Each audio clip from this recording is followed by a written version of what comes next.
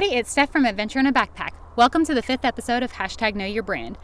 Know Your Brand is our video series that focuses on what companies in the outdoor and adventure industry are doing to reduce their impact on Earth.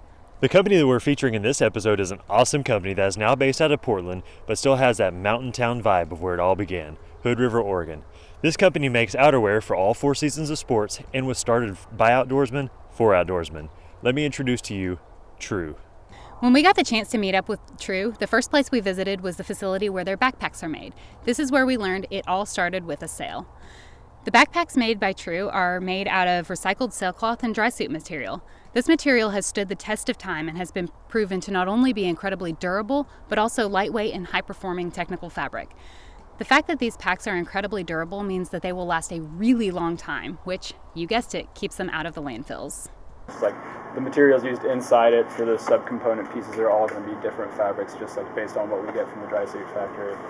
And that's why our colors are always changing. Like we had this really beautiful teal blue liner color for a while, and then the dry suit factory stopped making things out of it, so now it's gone. So everything we make is a limited edition, which I like to see as a positive thing, because people see something that they really like, they kind of have to act on it semi-quickly to get it before it's gone, and we don't really buy new materials for these purposes. So, but the parts that we do have to buy new, I try to get as much made in the U.S. as possible, like all the zippers from YKK, and these are all made in the States, and all the buckles and stuff, and you know, the bags are made from recycled material, so we try to get as long of wear out of it as we can, because we're cognizant that the materials are not going to biodegrade and all that, so we definitely want to recycle any pieces of it that are still good to put into more packs, but we also want to, you know, when somebody buys a $300 backpack, we want to make sure that it lasts a lifetime and serves them well. We love it whenever something has a story behind it.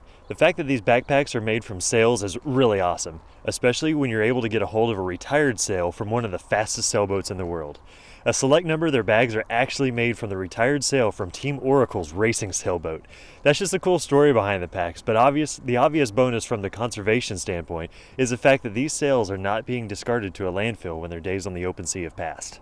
Somebody's old dry suit, it's like pre-consumer factory waste. It's kind of a hard thing to put into the right marketing jargon, but it's stuff that would be getting thrown away and incinerated, but it's really high quality waterproof fabric that, you know, to make a dry suit you want as few seams as possible because everything has to be seam sealed.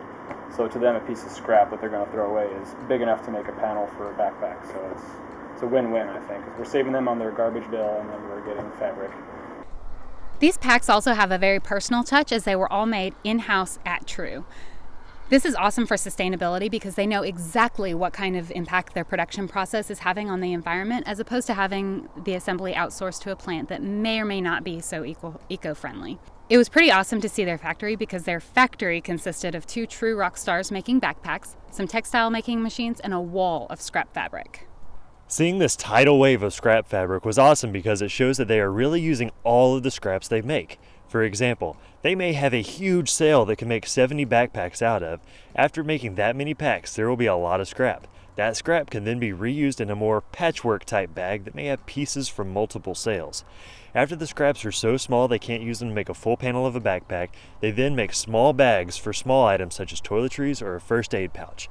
They really make the most out of the material they have. It takes us a lot of time to organize and coordinate, and so when you're trying to cut out a certain pattern piece and you have just this stack of various size, shapes, and colors, it can be really time consuming to like look through and find the right size piece of that color to cut out this particular pattern piece. And let's talk about their business model for a second. You won't find Trew's gear in a retail store anymore. They started small, sold all of their gear out of a local store in person or via their website. Eventually, they bought an RV and turned it into a mobile showroom, which gives them a special place in our mobile lifestyle heart. Then they started selling out of big-name retail stores. This type of selling just wasn't for them. They have an awesome video of why they chose to do this on their website, but we have one specific reason why we wanted to talk about this. When a company who makes apparel starts selling through a third-party retail outlet, they're required to fulfill a specific jacket for a full year. Only one style of pants per year. Specific this, limitations that. You get it? What if they come up with a brilliant idea halfway through the year? Well, if they're selling third-party, they've got to wait until the next year to push it to production. How does this relate to conservation? Trew is able to have a cut of product and simply make it with whatever material that will work for that piece. In their quest for sustainability, Trew buys perfectly good scrap fabric that is literally off the floor of a competitor's factory that is headed to a landfill. They then make this highly technical fabric into their clothing. Their Chop Shop soft shell is the main one they do this to. Sometimes they're able to get enough fabric to make the jacket all one color. Sometimes they aren't. They have to combine several colors of the same fabric to make the jacket, giving it, in our opinion, a super rad look. Since they're not tied to the traditional retail game, if they only have enough fabric to make 4 jackets that look the same, they make those 4 jackets, then sell them from their own website.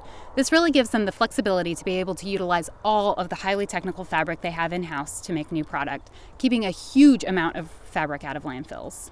These 2 business practices are what really sets Trew apart from the other brands in the outdoor industry and earns them a spot in our awesome companies list. Thanks for watching, and we are happy you now know your brand.